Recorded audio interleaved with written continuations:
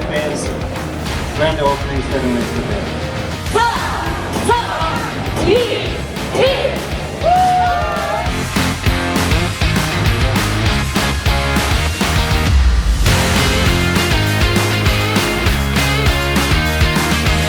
can be equipped via IFEZ. LED lighting and car